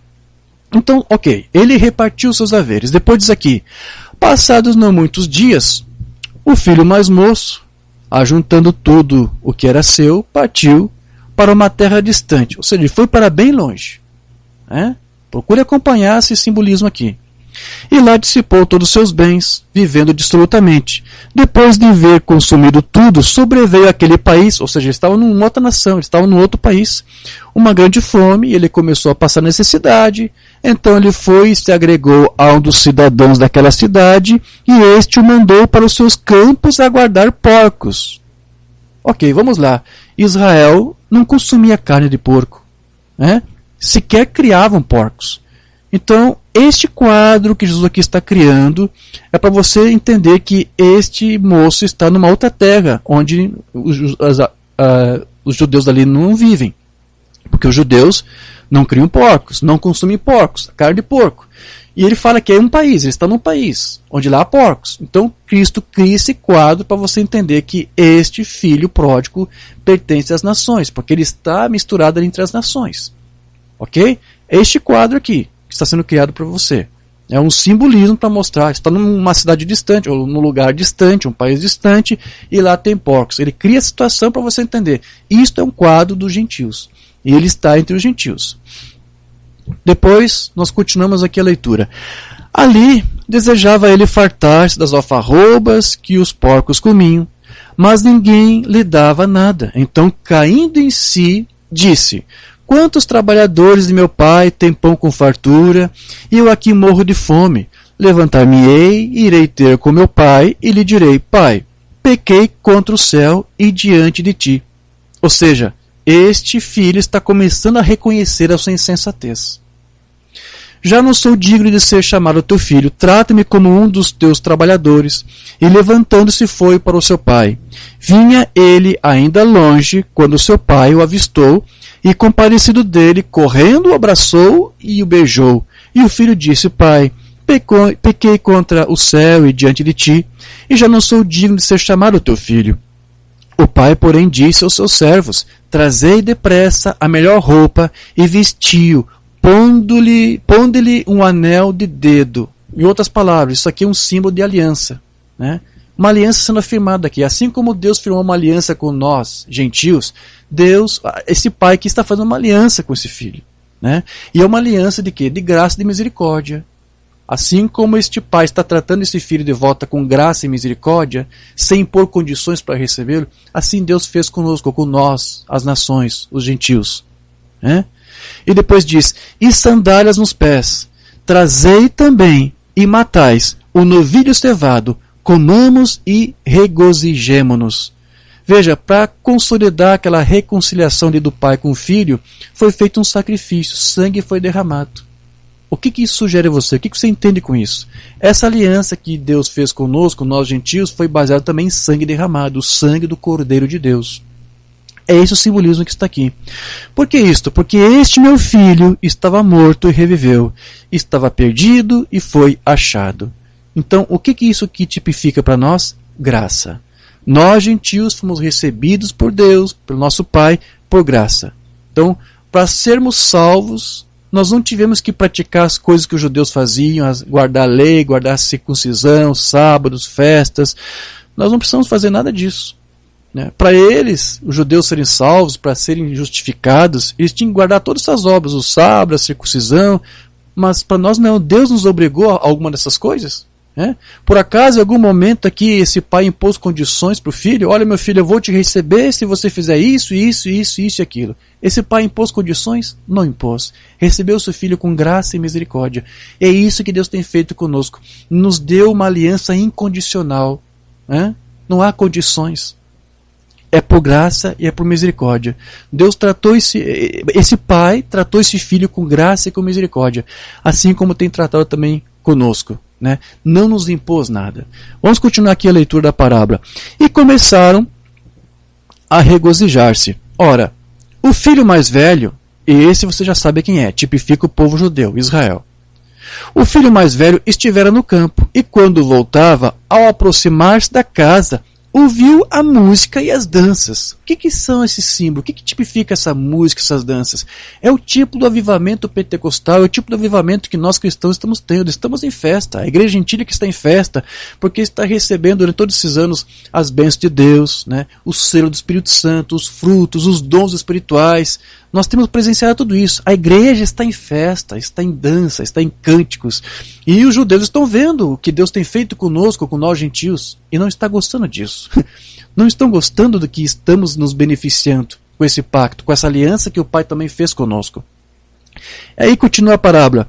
Chamou um dos criados e perguntou-lhe que era aquilo. E ele informou, veio o teu irmão. Veja, nós somos irmãos de Israel. Jesus está contando essa parábola para dizer que nós somos isto. Nós somos irmãos do povo judeu. Nós somos seus irmãos e todos os filhos de Deus, seja judeu em gentil, eles são filhos porque são atributos de Deus. Estiveram lá na mente de Deus antes da fundação do mundo, na forma de atributo. Nós somos genes de Deus. Então, nós somos filhos dele. Porém, eu quero aqui fazer também uma observação para você entender bem. Se você entendeu, no início eu disse que esse filho pródigo, ele tipifica os filhos do reino segundo a eleição da graça. E aí você pode incluir, além dos gentios, também os judeus. Porque ao longo dessa dispensação gentílica, muitos judeus estão se convertendo, estão sendo salvos. E você pode incluí-los também entre os gentios, esse filho pródigo, aqui, essa figura do filho pródigo. Você também pode fazer isto. Porém, você não pode misturar ou confundir isto com a conversão que vai haver de Israel como nação. Quando houver a conversão de Israel, eles vão ser salvos como uma nação inteira. Será muito diferente do que você está vendo agora ao longo dos séculos. Um pingadinho de judeu, um aqui e um ali, individualmente. Você pode incluí-los nessa figura aqui do filho pródigo, que são os filhos do reino segundo a eleição da graça. Mas esse irmão aqui mais velho fala de Israel. Então fala de uma conversão. Tem que haver uma conversão também deste filho, que tipifica aqui toda a nação de Israel. Ok? Vamos continuar aqui. Depois diz aqui mais. E teu pai mandou matar o novilho cevado, porque o recuperou com saúde. E ele se indignou e não queria entrar. Como é que é? Não, eu não aceito isso. E ele não entrou, não quis festejar. Né? O que é isto aqui? Por que este irmão mais velho aqui se indignou? Por quê? O que ele sentiu aqui? Ciúmes. Este irmão mais velho, este quadro que Jesus está criando aqui é um quadro de ciúmes. O filho mais velho está tendo ciúmes do filho mais novo. Mas por que isso? Porque ele viu o seu pai tratando com esse mais novo com graça, com misericórdia, sem impor condições, né? Não impôs regras, e este filho mais velho aqui não gostou nada disso. Os judeus não gostam do tratamento que Deus está tendo conosco, que somos seus irmãos mais jovens, né? Porque Deus não está impondo para nós guarda de sábado como impôs para eles, não impôs guarda de festas, nada disso, circuncisão, muito menos. Os judeus estão vendo disso e não estão gostando disso. Eles estão com ciúmes desse tratamento que Deus está dando para nós. Mesmo não sendo judeus no sangue, temos uma aliança com Deus, temos comunhão com o mesmo Espírito que os judeus tiveram no passado, antes de quebrar a aliança que eles também tinham com esse Deus verdadeiro. E agora Deus tem uma aliança conosco, com as nações. Deixa eu aqui esclarecer um pouco mais para você entender que é disso que Jesus aqui está tratando. Cristo está criando uma figura, um quadro de ciúmes dos judeus para com os gentios. Veja o que Paulo vai dizer nas suas epístolas para falar sobre esses ciúmes. Lá em Romanos 10, verso 19 a 21 diz assim: pergunto mais, porventura não terá chegado isso ao conhecimento de Israel? Moisés já dizia, eu vos porei em ciúmes com um povo que não é nação. Isso está se cumprindo. Os judeus não aceitam o evangelho porque têm ciúmes de nós, gentios, que temos sido beneficiados por Deus. As escrituras dizem que isso ia acontecer. Israel ficaria com ciúme com um povo que não é nação.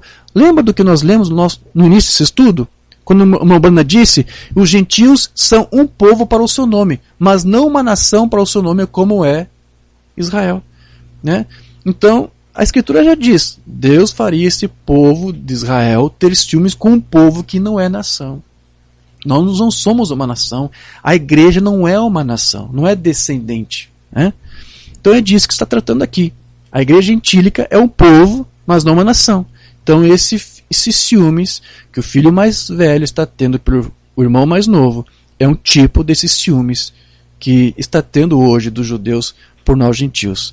E isso tudo foi antevisto por Deus. Deus viu que isso ia acontecer. Vou ler de novo aquilo que está lá em Isaías 46. Desde o princípio anuncio o que há de acontecer, desde a antiguidade as coisas que ainda não sucederam. Veja, Moisés já falou do ciúme dos judeus por nós gentios. E Jesus contou uma parábola para contar a mesma coisa que Moisés contou. Você está entendendo agora? Estamos dando o simbolismo correto da parábola para você entender. Ok, veja o que mais Paulo vai dizer aqui. Eu vos porei em ciúmes com o povo que não é nação. Então esses são os gentios tendo ciúmes dos... esses são os judeus tendo ciúmes dos gentios. Com gente insensata eu vos provocarei a ira. Lembra quando expliquei para você por que Jesus criou aquela situação? Do filho pedir a herança do pai antes do pai morrer? Porque Cristo estava criando ali uma figura de um filho insensato. Por que isso? Eu disse para você que na Bíblia os gentios são vistos como um povo insensato. E aqui a escritura diz, eu vou, com gente insensata, eu vou fazer vocês ficarem irados com eles. Assim como este filho mais velho ficou com ira do filho mais novo, porque foi um insensato, assim os judeus têm ira de nós, gentios, que éramos também um povo insensato. Agora não. Agora temos a nossa mente no lugar, reconhecemos a Cristo, reconhecemos o Pai. Então veja como as figuras aqui correm perfeitamente. E depois diz mais, e Isaías a mais se atreve e diz, fui achado pelos que não me procuravam, revelei-me aos que não perguntavam por mim. Novamente aqui está falando dos gentios. Nós não buscávamos por Deus. Não fomos nós que buscamos, foi Deus que nos buscou na verdade. Quando o filho pródigo apareceu, O pai correu até o filho, de mãos abertas. O pai correu até o filho. Né? Então é o pai que nos busca. Né?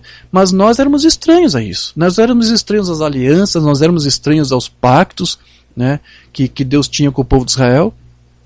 Depois, continuando aqui. Quanto a Israel, porém, diz: todo dia estendia as mãos a um povo rebelde e contradizente. Então isso mostra que este quadro aqui desse filho mais velho, tendo ciúmes pelo filho mais novo, está tipificando esses ciúmes que Israel tem pelo povo gentil, ou antes, pelos filhos da eleição da graça que pertencem agora a essa dispensação gentílica. Ok. Quero ler mais uma outra escritura ainda. Lá em Romanos 11:11, Paulo vai dizer assim, ainda mais sobre esses ciúmes. Pergunto, pois, porventura tropeçaram para que caíssem? De modo nenhum. Mas, pela sua transgressão, veio a salvação aos gentios para pô-los em ciúmes. Então as escrituras falavam que os judeus teriam ciúmes de nós gentios. Então, isso tudo que você vê ali na parábola é um quadro profético do que as profecias falavam, do que estamos vivendo hoje. Israel, na sua cegueira, está com ciúmes de nós cristãos gentios. Ok, vamos voltar então para o ponto da parábola onde nós paramos. Continuando aqui. Saindo, porém, o pai procurava conciliá-lo. Mas ele respondeu ao seu pai: há tantos anos que te sirvo sem jamais transgredir uma ordem tua. Vamos lá, isso aqui está ilustrando o orgulho judeu. Os judeus sempre se orgulharam de ser um povo que tinha aliança com Deus, com seu pai. Né? O judeu sempre se orgulhou de ser um povo que tinha leis, que tinha um pacto com o Sinai. Olha, nós guardamos os sábados, nós guardamos a circuncisão, nós guardamos o jejum, nós guardamos as festas, nós fazemos tudo que Deus nos ordenou. Então este irmão mais velho aqui, o que ele está fazendo? Ele está aqui mostrando orgulho. Ele disse, olha, eu sempre fiz tudo o que o Senhor mandou fazer. Do que se trata tudo isso? O judeu sempre gostou de justificar o direito que ele tinha às suas bênçãos pelas coisas que ele fez. Ele disse, olha, eu sempre fiz tal coisa, então eu devo. Essa é a mentalidade do judeu.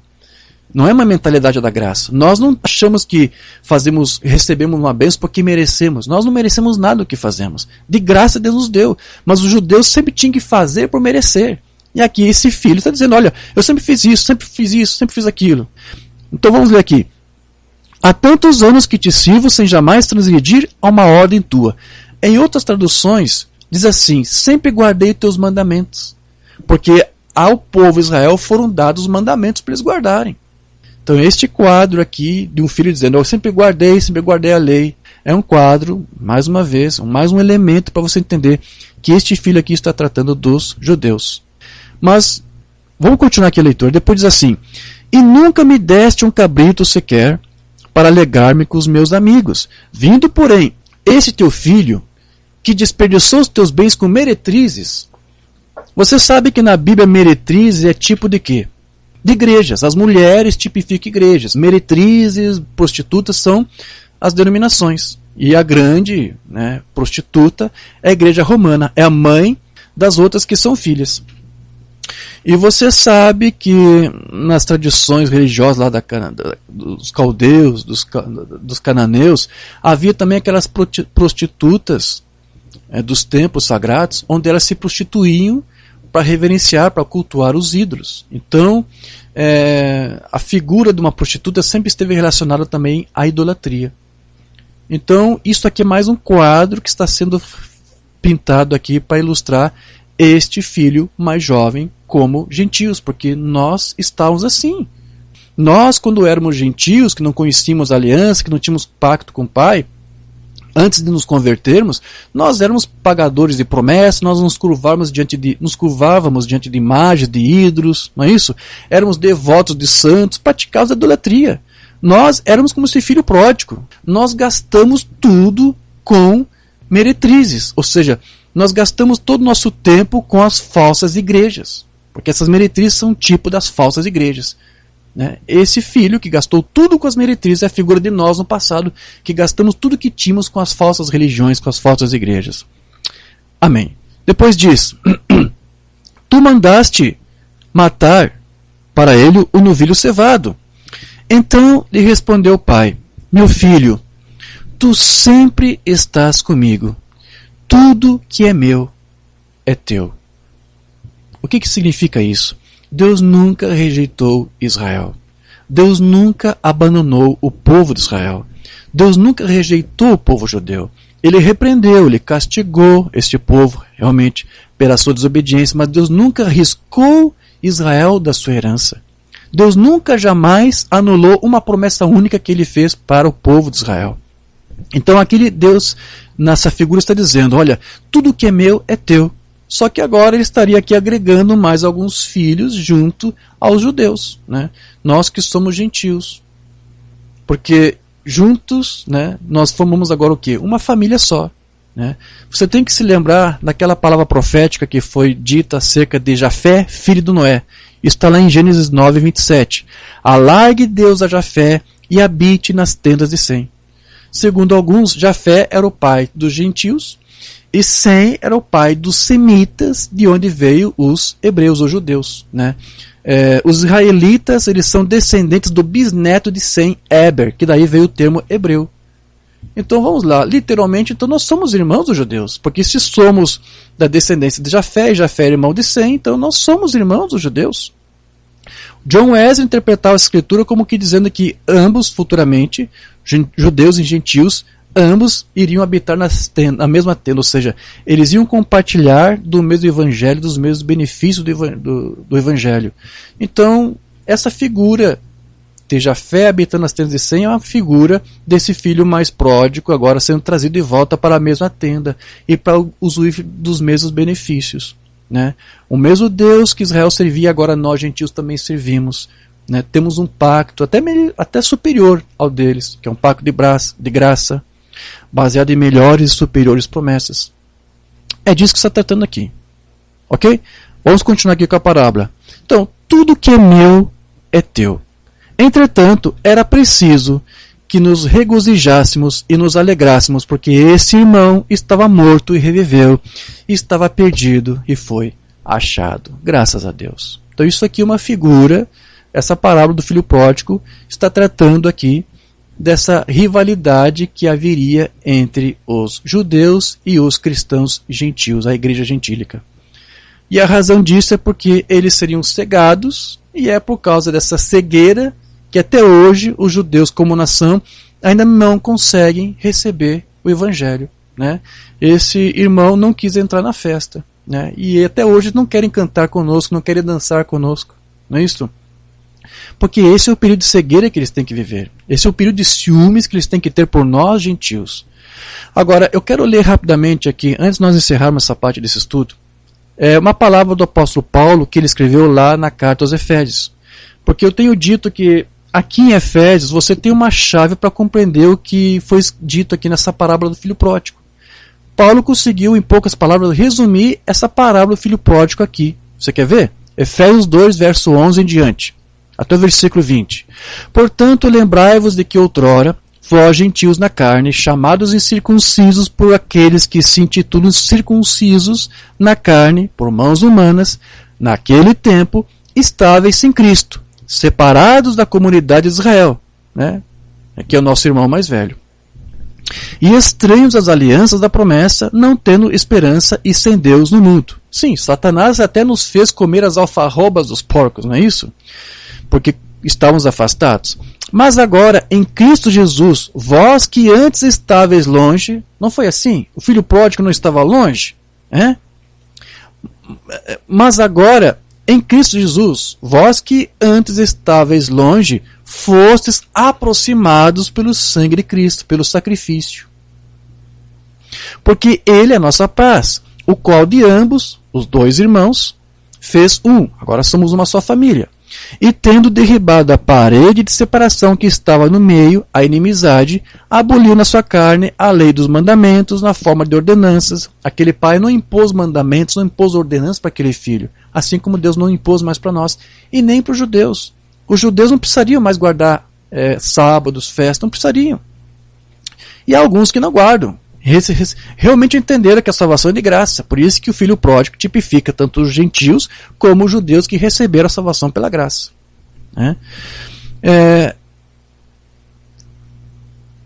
inimizade, aboliu na sua carne a lei dos mandamentos, na forma de ordenanças, para que dos dois criasse um, em si mesmo, um novo homem, fazendo a paz, e reconciliasse ambos, o filho mais velho com o filho pródigo, em um só corpo com Deus por intermédio da cruz, destruindo por ela a inimizade. E vindo, evangelizou paz a vós outros que estáveis longe. Né? Lembre-se mais uma vez daquela figura do filho pródigo que estava longe, em outro país. E paz também aos que estavam perto. Quem é esse que está perto? Israel. Lembra do pai? O que ele disse para o filho mais velho? Tu sempre está comigo. Né? Você está próximo a mim. Está falando ali de Israel, dos judeus. Né? Porque por ele ambos temos acesso ao Pai em um Espírito. Assim já não sois estrangeiros e peregrinos, mas concidadãos dos santos e sois da família de Deus. Estamos habitando nas tendas de Sem, edificados sobre o fundamento dos apóstolos e profetas, sendo ele mesmo, Jesus Cristo, a pedra angular. Então veja que isto que Paulo aqui está falando ilustra aquele quadro que nós vimos agora há pouco da parábola do filho pródigo. E você tem que se lembrar que Jesus também disse que ele iria arrebanhar no seu aprisco também um outro povo. Você lembra disso? João 10,16. Ainda tenho outras ovelhas não deste aprisco aqui de Israel. A mim me convém conduzi-las. Elas ouvirão a minha voz, então haverá um rebanho e um pastor. Nós estamos agora habitando as tendas de Sem. Agora somos um povo e com um só Deus. Amém. Antes de encerrar esse estudo, meu querido, só quero ilustrar aqui mais uma parábola que Jesus contou. Você entendeu, eu creio, essa altura, o que significa esta parábola do filho pródigo. Eu disse para você que uma parábola, uma escritura pode ter mais de uma interpretação. Uma Umbanda disse isso. Você pode adequar. Né? Não há nenhum problema de você usar essa parábola para fazer evangelismo. Mas eu quero crer que o foco principal de Jesus, quando ele contou essa parábola, é para isso aqui que nós acabamos de externar para você. Então, Jesus ele previu tudo isso. Ele previu que os judeus teriam ciúmes, assim como também previu que Israel não iria aceitar o evangelho quando ele estava ali pregando para eles. Jesus estava ali evangelizando, ele assentou ali os seus apóstolos, né? Mas ele sabia que Israel estava rejeitando e continuaria empedernido a tudo aquilo. E Jesus contou uma parábola para ilustrar o que estava acontecendo e o que iria acontecer depois que ele partisse. Ele contou uma parábola, né? Para ilustrar isso. Né? Então, você deve conhecer aquela parábola chamada da figueira estéril. Aquela figueira estéril, ela se referia ao povo de Israel como nação. Jesus esteve ali evangelizando, instituindo, declarando o reino dos céus está próximo, mas Israel não estava se convertendo, não estavam produzindo frutos de arrependimento. Então, houve alguns eleitos que receberam, além dos apóstolos, outros receberam, que são a figura da igreja, os filhos do reino, como Mambana disse. Mambana disse que a igreja foi instituída no dia que o Pentecostes caiu ali. Não foi? Mambana fala nas suas mensagens. Ali começou a verdadeira igreja. Né? Então começou com quem? Com os judeus que estavam ali. Então houve um povo que realmente creu. Mas a nação como Israel em si não creu. E nessa parábola da figueira, Jesus estava representando toda a nação de Israel, suas autoridades, com aquela figueira. Ela não estava produzindo frutos. Israel, como nação, recusou o evangelho de Cristo, não aceitou, e Jesus sabia o que ia acontecer. Ele contou uma parábola para ilustrar exatamente o que aconteceria depois com Israel, por conta dessa sua dura cerviz, de se manter duro e de rejeitar a Cristo e o evangelho. Vamos ler essa parábola? Eu leio isto aqui e comentamos e encerramos essa parte. Lucas 13, versos 6 a 9. Então aqui diz assim: Então Jesus proferiu a seguinte parábola. Certo homem tinha uma figueira plantada. Uma figueira. Quem é essa figueira? É a nação de Israel. Amém? Então, um homem tinha uma figueira plantada na sua vinha. Quem é essa vinha? São os filhos do reino segundo a eleição da graça. Que não precisam viver debaixo da lei. São a eleição da graça. É a igreja. Tá? Os estudiosos dizem que não era muito normal uma figueira ser plantada junto com uma vinha. Mas aqui nessa parábola existe. Por que isso? Porque aqui é a nação de Israel e este povo, né, que Deus está formando, que é a sua igreja, que é a vinha. Então, estão plantadas juntas. Ok. Aí depois diz assim: E vindo procurar fruto nela, na figueira, que é Israel, não achou. Ou seja, Israel não estava produzindo frutos de arrependimento. não estavam se convertendo com a mensagem que Cristo ali estava pregando para eles. Né? Pelo que disse ao viticultor. Quem é esse viticultor aqui? Jesus Cristo. O dono, o proprietário aqui é Deus, o Pai de Jesus Cristo. Então aqui Cristo está criando uma situação onde o filho conversa com Deus, o seu Pai. Né? Disse o viticultor. Não, vamos lá, é o inverso.